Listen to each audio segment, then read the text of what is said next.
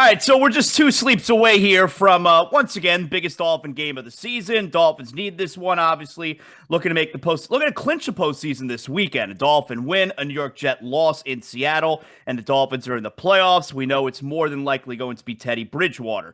And joining us here, he's got the sidelines this weekend, along with Ian Eagle, Charles Davis. We got Evan Washburn here, Dolphins Patriots this Sunday, NFL on CBS. Thanks so much for spending some time with us here, Evan. And so, first off, I want to start with, have you had the Dolphins yet this season?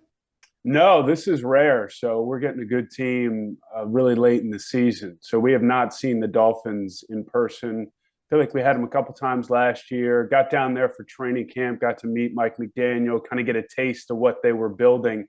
But excited for this one. I love hearing about the production meetings before the games take place. So you're going to get some time with a bunch of these guys. You said you met Mike McDaniel. Are you looking forward to getting him in this kind of environment where you get to pick his brain a little bit for the broadcast on Sunday?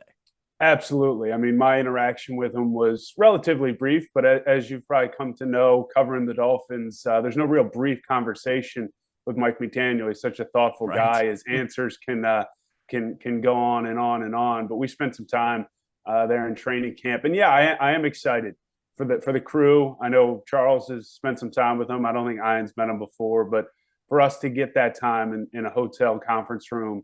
Now, granted, I wish it was under better circumstances. The Tua situation, the fact that they've lost four straight, that becomes kind of the dominant conversation. It's not going to probably be as jovial and positive as it was in August, but nonetheless, he seems to get it, and he seems to understand the relationship that we're trying to build, what we're trying to do as a broadcast, and he embraces it. It's funny you mention how, obviously we know that dude can talk. All right. There are no short answers coming from him. And I remember it was a few weeks ago, and granted, it was just the second national game the Dolphins had this year. It was the game against the Chargers. And so Sunday Night Football, he's I think it was Melissa Stark, and she's talking to him before the game. She gets the coach before the game, and she asked a simple question, and I feel like all the viewers are used to a real quick 8-9 second answer. And he went on, I mean, like 45 seconds. And I remember checking social media afterward, and I'm used to it, but like everyone thought there's something wrong with this. Like he's weird. There's something wrong with it. No, he's not weird.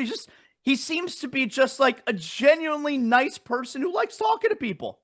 Yeah, it's this odd dichotomy, Jonathan, where we want so much access and we want to know what these players, these coaches are thinking, why they're doing what they're doing.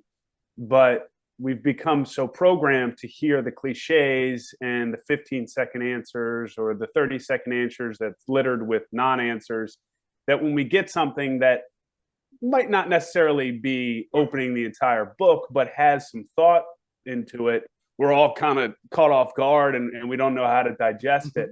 So my favorite part is just that that there's now, with guys like Mike McDaniel, and there's some other coaches in the league too, that there's more of a palate. It's not necessarily the same flavor every time you talk to these guys. How's Belichick before these games? Before, like in terms of a production meeting, or like Yeah. literally on the game day, Yeah. he's what you would expect. I mean, he's incredibly respectful for our process, what we're doing. It's for me, and especially for Charles and I, and who've been doing it even longer than I have. You kind of know it. It's similar. I scout these meetings like I'm sure players and coaches scout the opponent. I know who I'm going to meet with. I know things that they're open to talking about. I know things that they don't like to talk about. When you've been doing it now, I think this is my 9th year, you kind of have a book on most coaches, most players, and it's on us to understand that, do our best to get the information we need to have a sort of thoughtful, fruitful broadcast, and while also not walking into these meetings and making it combative, because our deal is this is back-to-back weeks with New England. So you go into a meeting and you try and be Mike Wallace on 60 Minutes with a player or coach, then you got to see him the next week and you're getting nothing. So you kind of always have to have that long view in mind. It's different in the good ones, and I mean good ones in terms of coaches and players understand our role is different than those of, I'm not sure if you're in those press conferences on a daily, weekly basis. But the beat media has an incredible responsibility, which I lean on because that's who I look to throughout the week to get sort of the daily updates. But their role is much different than our role. How do you what are some of your thoughts of what you've seen the last few days with the reaction to Tua? This is obviously a major conversation down here, and when I'm talking about the reaction, I've kind of objected to the whole. You got former players on television who are a million miles away from the situation, a million miles away from the doctors who are there treating Tua. Talking about not only should you potentially not play again this year, but you should retire. And I just, you're so like, I want to trust doctors. I like science. I believe in science, and I'd like to trust doctors, and certainly the doctors who are there treating him. What have you made of some of the reaction to Tua this week? Well, two things have struck me, and this is also one of the going back to what we just talked about. One of the aspects of that meeting with Mike on, it'll be for us Saturday evening, that I'm really looking forward to, because we do get even deeper clarity on the situation a lot of the times. And specific to your point about others' opinion on what Tua should and shouldn't do, I decided pretty immediately upon doing this job, I have no interest in telling an athlete what they should and shouldn't do or giving my opinion on it. I believe these guys have the right to do whatever they want with their life and their career. And it's a dangerous sport. I understand that. They understand that. I think everything's on the table at this point. So I just find it unnecessary, at least from my perspective, to stand there and be like, this is what you should or shouldn't do when it comes to your career and your future. But what I'm really struck by in the last few days, and again, looking forward to talking to Mike about this, and I think it speaks to the Dolphins situation and what transpired early in the year and where we are with concussions, that after a loss in a pivotal point in the season where they need their starting quarterback, they were watching film and identified things that were out of character for Tua, whether it was, and this is where I think there needs to be a little bit more clarity, and hopefully Mike will shed a light on it. Was it his decision-making in the game, the conversations they were having on the sideline? We still haven't, and the fact that he mentioned it. So basically, the coaches diagnosed or were initial in that diagnosis process and pushed to it to get evaluated. That to me, I'd never heard something like that ever happen in the NFL the day after, where there wasn't sort of a glaring moment or play. And that's really what I'm walking away from, at least this process and this situation, thinking most about. You look like you're probably similar age as I am. And something else that I was talking about earlier this week on the show, when I was growing up, I wasn't allowed to play tackle football growing up, right? And, young Jewish boy, his Jewish parents were not allowed to play tackle football. So I played basketball and baseball. But I wasn't allowed to play tackle football. And the main thing we were afraid of was spinal cord injuries. No one talked about head injuries back then. It was all spinal cord injuries.